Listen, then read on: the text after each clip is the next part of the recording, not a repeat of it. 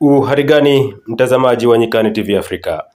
Tuelekee huko nchini Burkina Faso, nchi ya wanyofu, nchi inayoongozwa na mwamba Kapteni Ibrahim Traore, ambapo Burkina Faso ni moja kati ya nchi ambayo ilijiondoa katika umoja wa uchumi wa nchi za Afrika Magharibi ambao unaitwa ECOWAS. Lakini rais wa Sierra Leone na mwenyekiti wa ECOWAS Julius Maada Bio amezuru nchini Burkina Faso, ambapo kwamba tunaambiwa kwamba ilikuwa ni siku ya Jumanne.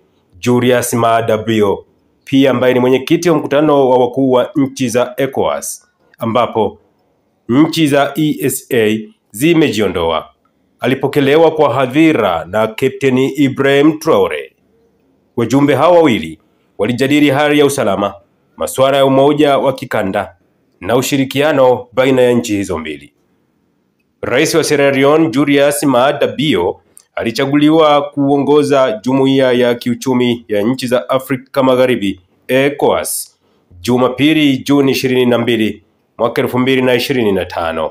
Hivyo amekuwa rais wa 37 wa shirika hilo, akimrithi Bola Ahmed Tinubu wa Nigeria. Kwa ziara yake ya pili nchini Burkina Faso, Julius Maada Bio amesema alikuja kama mwenyekiti wa sasa wa ECOWAS, shirika la kikanda ambalo nchi za ESA zimejiondoa. Kutokana na hali ya usalama nchini humo, rais wa Sierra Leone ameahidi kufanya kila liwezekanalo kuhakikisha kwamba ulimwengu unajua kinachoendelea huko.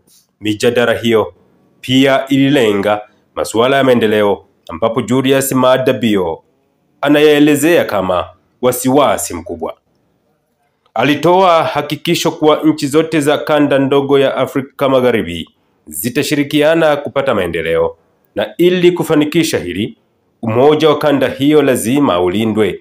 Kama nchi za Afrika Magharibi, sisi ni familia moja na ni lazima kutatua matatizo yetu kama familia, alitangaza, pamoja na Kapteni Ibrahim Traore na wajumbe kadhaa wa wajumbe wote wa nchi zote mbili. Kujiondoa kwa nchi za muungano wa nchi za Sahel katika ECOWAS kusionekane kama ishara ya mgawanyiko, alisema Julius Maada Bio.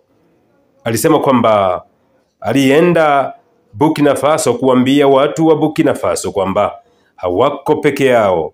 Sisi ni ndugu katika kanda na lazima tushirikiane kuleta amani